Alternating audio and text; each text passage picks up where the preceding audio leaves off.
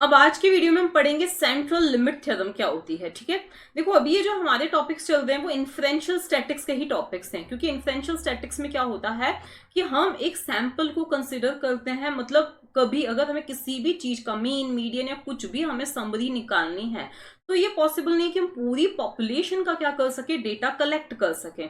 इसीलिए क्या किया जाता है, कुछ सैंपल्स का क्या किया जाता है, डेटा कलेक्ट किया जाता है। वो कितने सैंपल्स लेने हैं, क्या उनकी साइज होनी चाहिए, ये सब हम अभी डिस्कस नहीं कर रहे हैं। तो मतलब कुछ पॉपुलेशन का, कुछ सैंपल्स का हम डेटा कलेक्ट करते हैं और हम ये इन्फ्रेंस लगाते हैं, हम ये अंदाजा लगाते हैं, हम ये बोलते हैं कि यही चीज पूरी पॉपुलेशन पे क्या होती है, लागू होती है। तो ये चीज होती है इन्फ्रेंशियल स्टैटिस्टिक्स। ठीक है ना।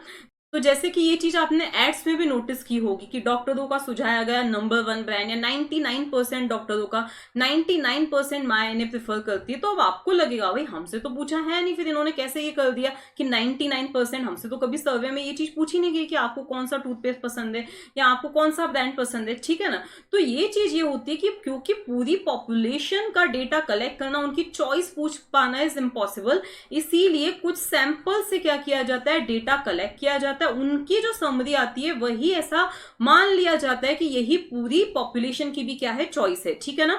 तो अब हम सीधे आते हैं सेंट्रल लिमिट थ्योरम पे। अब जैसा कि इसकी डेफिनेशन है, the central limit theorem says that the sampling distribution of the mean will always be normally distributed as long as the sample size is large enough. अब बिल्कुल भी ये देख के नहीं समझ में आया होगा कि ये क्या कह रही है थ्योरम। ठीक है, तो इसी चीज को हमें अच्छी तरह से पहले समझना है कि ये क्या कहना चाहती है। ठीक है, लेकिन ये समझने से पहले कुछ और चीजें हमें समझनी पड़ेंगी। ठीक है, तो क्या हमें समझना पड़ेगा, तो सबसे पहले हमें पढ़ना पड़ेगा पॉपुलेशन डिस्ट्रीब्यूशन क्या होता है।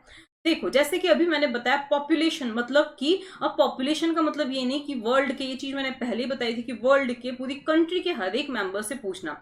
अगर मैं अभी कोई प्रोडक्ट बना रही हूं जो बच्चों के लिए बेनिफिशियल हो सकता है, बच्चों मतलब स्कूल स्टूडेंट्स के लिए, तो वहां मेरी पॉपुलेशन अंडर सर्वे जो होगी वो स्कूल के स्टूडेंट्स होंगे। ठीक है, जो कुछ पेरेंट्स के लिए, मॉम्स के लिए जो चीज बेनिफिशियल हो सकती है, तो मेरी पॉपुलेशन क्या होगी, इंडिया की, या इंडिया में लॉन्च कर रही हूँ तो इंडिया की पूरी मॉम्स हो जाएंगी। ठीक है ना। तो वही चीज क्या होती है, पॉपुलेशन होती है। ठीक है, तो अगर मैंने पॉपुलेशन मतलब सभी लोगों से, हर एक इंसान से जिसमें भी मैं इंटरेस्टेड हूं, जिन भी लोगों में इंटरेस्टेड हूं, उन सभी से मैंने डेटा कलेक्ट किया है और फिर मैंने कोई भी ग्राफ बनाया है, कोई भी डिटेल्स प्रेजेंट की है, तो उस चीज को क्या बोला जाता है, पॉपुलेशन डिस्ट्रीब्यूशन। फॉर एग्जाम्पल अगर मैं कोई प्रोडक्ट बना रही हूं जो कॉलेज के स्टूडेंट्स के लिए, जैसे ये कोर्स में बना रही हूँ, कॉलेज के स्टूडेंट्स के लिए बेनिफिशियल हो सकता है। अब मुझे इस कोर्स में क्या नया लाना चाहिए, क्या क्या वीडियोस इसमें होने चाहिए, किस तरह से मुझे बनाना चाहिए, अगर मैं कॉलेज के हर एक स्टूडेंट से जाके सर्वे करूं और पूछूं और फिर मैं ग्राफ बनाऊं कि ये थी स्टूडेंट्स की जो राय थी वो कुछ इस तरह से थी, कुछ स्टूडेंट्स ने बोला लाइव स्ट्रीम होना चाहिए,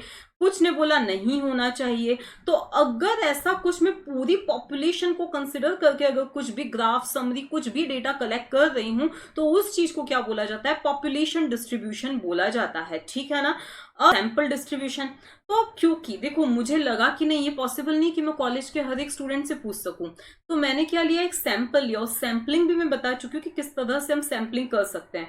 मतलब ये है, सपोज मेरी पूरी की पूरी पॉपुलेशन, मतलब इतनी कम तो पॉसिबल नहीं है, लेकिन ये मान लिया क्या है, मेरी पॉपुलेशन है। ठीक है ना।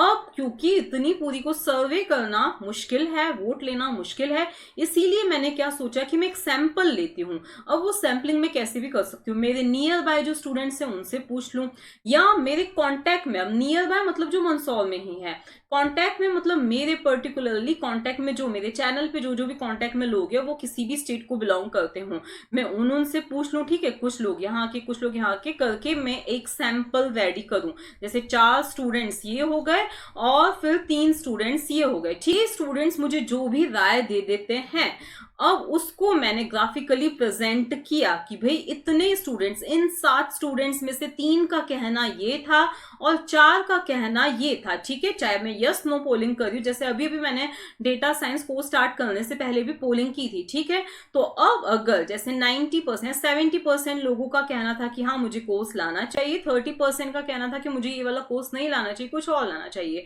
तो अब मैंने ये जो डेटा कलेक्ट किया एक सैंपल का डेटा है। ठीक है, क्योंकि हर एक कॉलेज के स्टूडेंट ने मुझे वोट नहीं दिया है, जो मुझसे कनेक्टेड है ओनली उन्होंने ही वोट दिया है, या यहाँ पे जो मैंने सैंपल बनाया है सिर्फ मैंने उन्हीं की राय को यहाँ पे पेश किया है। अब वो चीज ग्राफिकली भी हो सकती है या किसी भी वे में या टेबुलर फॉर्म में भी हो सकती है, कैसे भी हो सकती है। तो ये जो चीज है, ये चीज क्या है, सैंपल डिस्ट्रीब्यूशन है, ठीक है ना।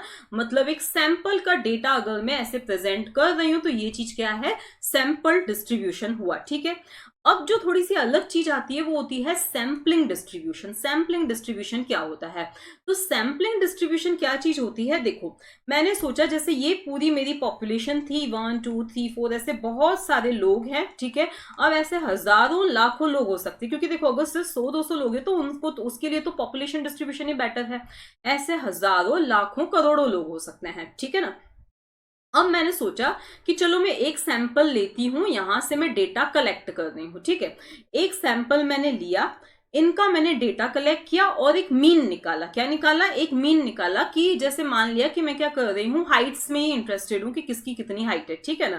तो मैंने क्या किया है कि एक सैंपल लिया और यहां से एक मीन निकाला, एक एवरेज निकाला। तो मुझे क्या पता चला कि जो एवरेज हाइट इनकी है वो 4 पॉइंट समथिंग फीट है, ठीक है, 4.1 फीट है, ठीक है ना। क्या ये मेरा डेटा सही होगा, क्या ये जो मेरा रिजल्ट आया है या जो ये मेरा एस्टिमेट आया है कि एवरेज हाइट इज दिस 4.1, क्या ये सही है, बिल्कुल नहीं है। क्यों, क्योंकि हो सकता है मेरा जो सैंपल था मैंने क्लास 1st से 5th तक के ही स्टूडेंट्स की जो है हाइट्स पूछी और ये निकाल दिया हो, ठीक है। फिर मैंने एक और काम किया, तो ये हुआ मेरे फर्स्ट सैंपल का मीन हुआ, ठीक है। फिर मैंने सोचा चलो एक और काम करते हैं, एक और सैंपल लेते हैं जिसमें थोड़ी बड़ी क्लास के बच्चे आएंगे, ठीक है। तो अब ये बड़ी क्लास के बच्चों का मैंने ये सैंपल कलेक्ट किया, ठीक है, मतलब ये सैंपल लिया, उनसे मैंने डेटा कलेक्ट किया और उसका भी मैंने एक और मीन निकाल लिया जो कि क्या हो गया, μ2। और अब मुझे पता चला कि जो हाइट है वो कुछ और है। अब यहीं पे आप देख रहे हो कितना डिफरेंस आ रहा है। तो मुझे लगा नहीं, इन दोनों में डिफरेंस है, मुझे मतलब मुझे क्या करना चाहिए, एक और सैंपल लेना चाहिए, ठीक है। तो मैंने एक और सैंपल लिया, ठीक है।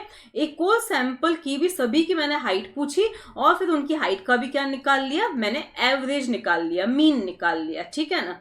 अब यहाँ पे जरूरी नहीं कि वो मीन ही हम निकाल रहे हैं, हो सकता है हम स्टैंडर्ड डेविएशन निकाले, कुछ भी निकाल लिया, ठीक है ना। तो अब मुझे पता चला कि नहीं, इनकी जो हाइट आ रही है वो कुछ ऐसे आ रही है, ठीक है, कुछ कुछ मिलती जुलती है। अब इसी तरह से, क्योंकि देखो मैं इतने से डेटा को लेके कंक्लूजन पे नहीं पहुंच सकती, मुझे पूरी पॉपुलेशन यहाँ पे हजारों लाखों लोगों की राय मुझे पेश करनी है, तो मैं सिर्फ 10-20 लोगों का के सैंपल्स बना के नहीं बोल सकती हूँ कि हाँ इनकी राय ये है, ठीक है ना। तो इसी तरह से मैंने क्या किए हैं, क्योंकि यहाँ मैंने पॉपुलेशन बहुत ही कम बनाई है, यहाँ जो पॉपुलेशन होगी वो बहुत बहुत बहुत ज्यादा होने वाली है, तो यहाँ पे मेरे जो सैंपल्स हैं वो भी क्या होंगे, बढ़ेंगे। तो मान लिया इस तरह से मैंने टोटल 100 सैंपल्स लिए, ऐसा जरूरी नहीं इतने ही आपको लेने हैं, और इस तरह से मैंने एक मीन निकाल लिया, सपोज ये 5.2 आ गया या कुछ भी आ गया, ठीक है ना। तो ये मैंने क्या निकाले, हर एक सैंपल के अलग अलग से क्या निकाले हैं, मीन्स निकाले हैं। ये क्या है, अलग अलग सैंपल्स के मीन्स हैं, ठीक है। अब यहाँ पे सैंपल की साइज भी मैंने 6 ही लिए, लेकिन क्योंकि बात हो रही है हजारों लाखों लोगों की, ठीक है, तो यहाँ पे सैंपल की साइज भी, यहाँ पे रूल कहता है कि ग्रेटर देन और इक्वल टू 30 होनी ही चाहिए, तभी हमें रिजल्ट जो है वो सही मिलने वाला है, ठीक है। तो अब ये सारे मैंने मीन्स निकाल लिए। अब यहाँ पर ना मैंने एक क्या किया है, ऐसे ग्राफ बनाया है। अब मैंने इनका एक ग्राफ बनाया, मैंने एक सैंपल का नहीं बनाया है, यहाँ पे इन सभी सैंपल्स के जो मीन्स निकले हैं, ठीक है, जो एवरेजेस निकले हैं, उनका मैंने एक ग्राफ बनाया कि ऐसे कितने सैंपल्स थे जिनकी जो हाइट थी वो 4 to 5 या 4.1 के आसपास या जो कुछ भी थी, ठीक है, 4 के अराउंड थी। तो ऐसे मान लिया कि 10 सैंपल्स थे जिनकी हाइट कुछ ऐसी थी। ऐसे कितने सैंपल्स थे जिनकी हाइट जो थी वो 4.5 के आसपास थी। तो फिर मुझे पता चला कि ऐसे 20 सैंपल्स थे जिनकी हाइट जो थी वो क्या थी, 4.5 के आसपास थी। अब यहाँ पे डेटा चेंज होगा, ठीक है ना, यहाँ इतना ज्यादा गैप नहीं आएगा, 4, 4.5, यहाँ पे 4.1, 4.2 ऐसे सब कुछ आएगा, ठीक है ना। फिर मैंने देखा ऐसे कितने सैंपल्स थे जिनकी जो हाइट थी वो 5 के अराउंड थी। तो मुझे पता चला कि ऐसे जो है मान लिया 30 सैंपल्स थे जिनकी हाइट जो थी 5 के अराउंड थी या 5.1 के अराउंड थी, ठीक है। फिर ऐसे कितने सैंपल्स थे जिनकी जो हाइट थी वो 5.5 के अराउंड थी। फिर इसी तरह से ऐसे कितने सैंपल्स थे, ऐसे सैंपल्स, ठीक है, सैंपल्स की हाइट मतलब जिनका मीन ये था, ओके। तो अब मुझे पता चला कि ऐसे कुल 30 ही सैंपल्स थे जिनकी हाइट जो थी 5.7 के अराउंड थी, ठीक है। इसी तरह से ये मैं ग्राफ बनाती गई।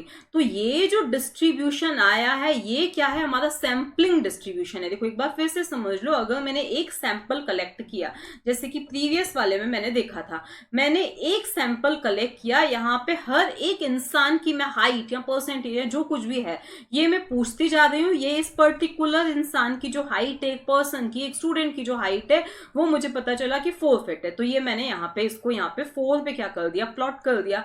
इसकी हाइट मुझे पता चला 4.1 है, तो इसको मैंने यहाँ पे प्लॉट कर दिया। इसकी हाइट मुझे पता चला 3 है, तो इसको मैंने यहाँ प्लॉट कर दिया। इसकी हाइट मुझे पता चला 5 है, तो मैंने इसको यहाँ प्लॉट कर दिया। तो एक सैंपल के हर एक मेंबर की जो कुछ भी डेटा है उसको इस तरह से प्लॉट कर रही हूँ, तो वो चीज है सैंपल डिस्ट्रीब्यूशन।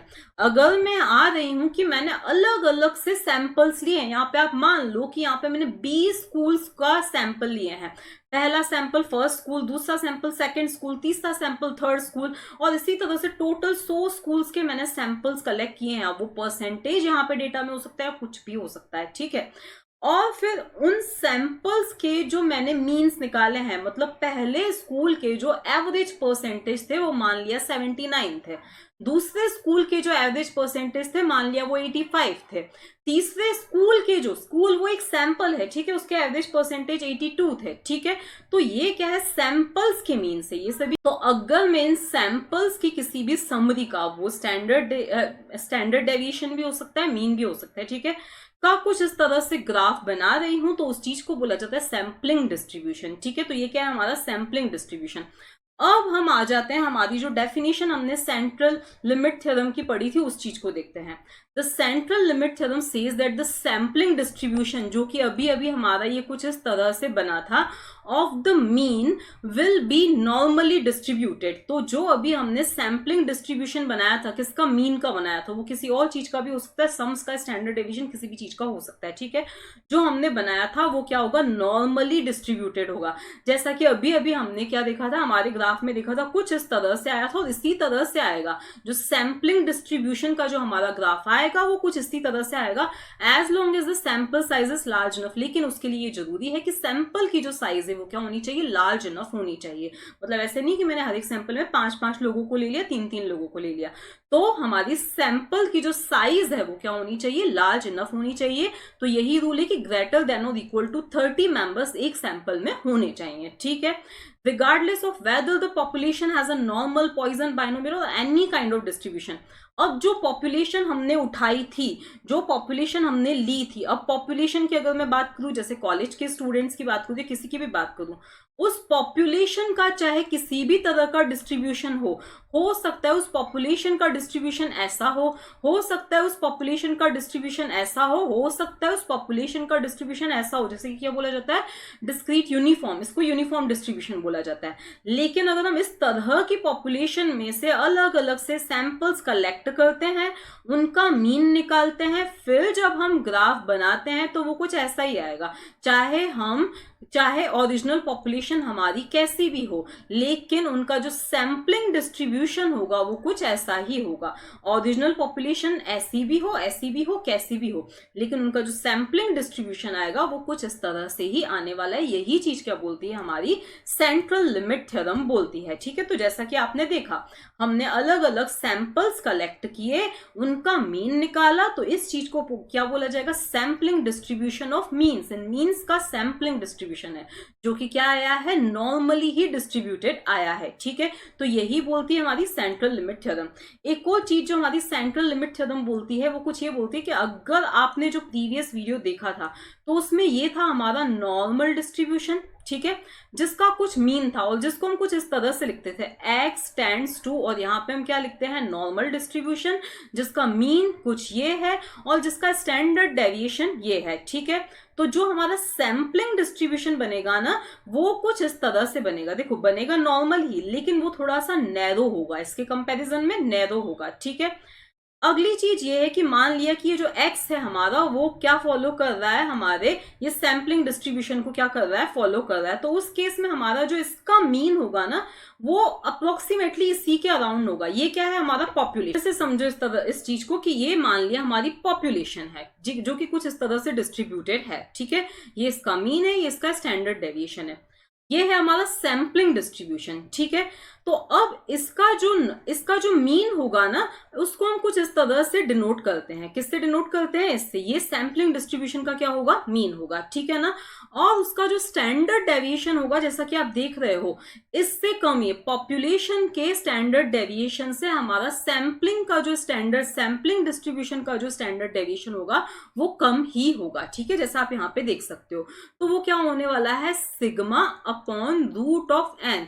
और यहाँ पे ये जो एन है वो क्या है? सैंपल की साइज है। वो क्या है? सैंपल की साइज है, ठीक है ना। अब होने वाला क्या है कि हमारा ये जो मीन है वो इस मीन के इक्वल होगा। अब आपके माइंड में एक चीज आएगी, जब हमने पूरी पॉपुलेशन का डेटा कलेक्ट ही नहीं किया है तो हम कैसे बोल सकते हैं कि ये जो मीन है इस मीन के इक्वल होगा? तो यही चीज है इन्फ्रेंशियल स्टैटिस्टिक्स, इसी के लिए ये सब हम कर रहे हैं कि यही चीज हम इन्फ्रेंस निकालेंगे कि ये जो सैम्पलिंग्स का ही जो मीन है ये रिप्रेजेंट कर रहा है हमारे पॉपुलेशन डिस्ट्रीब्यूशन के मीन को, ठीक है। ये हमने निकाला नहीं है, ठीक है, ये हमने निकाला नहीं है, लेकिन हम ये मान के चल रहे हैं, यही हम इन्फ्रेंस निकाल रहे हैं कि ये जो हमने डिफरेंट डिफरेंट सैंपल्स कलेक्ट करके ये डिस्ट्रीब्यूशन बनाया है, अब इसका जो मीन निकला है ये किसको रिप्रेजेंट कर रहा है? पॉपुलेशन के ही मीन को क्या कर रहा है? ये रिप्रेजेंट कर रहा है, ठीक है। इसीलिए आपने कहीं कहीं पढ़ा होगा कि जो सैंपलिंग डिस्ट्रीब्यूशन का मीन है वो किसके इक्वल हम रखते हैं? पॉपुलेशन डिस्ट्रीब्यूशन के मीन के इक्वल हम रखते हैं। जबकि ये चीज क्या होती है? हमारी इन्फ्रेंस होती है, जिसके लिए ये सब हमने तामझाम किया है, ठीक है। तो अब आपको जो पढ़ना है वो ये है, ये ध्यान रखना है कि ये चीज क्या है? हमारी मीन है। किसकी मीन है? पॉपुलेशन की। जैसा कि हमने देखा पॉपुलेशन का स्टैंडर्ड डेविएशन, ये पॉपुलेशन की साइज, ठीक है। इसके बाद में सैंपल की अगर हम बात करें तो ये एक्स बार, ओके। अगर हम एक सैंपल की बात करें तो उसके मीन को हम एक्स बार से डिनोट करेंगे। ऐसे ढेर सारे सैंपल्स लिए तो x1 bar, x2 bar and so on, ठीक है। मैंने गलती से म्यू लिख दिया था, तो ये हो जाएगा। अगर हम सैंपल का स्टैंडर्ड डेविएशन देखें तो एस होगा, सैंपल की साइज एन होगी, ठीक है। सैंपलिंग डिस्ट्रीब्यूशन के केस में यही चीज क्या हो जाने वाली है? मीन ये हो जाएगा, ठीक है। और इसके बाद में इसका स्टैंडर्ड डेविएशन क्या होगा? एस एक्स बार हो जाएगा। और स्टैंडर्ड डेविएशन को कुछ इस तरह से भी लिख सकते हैं, ठीक है।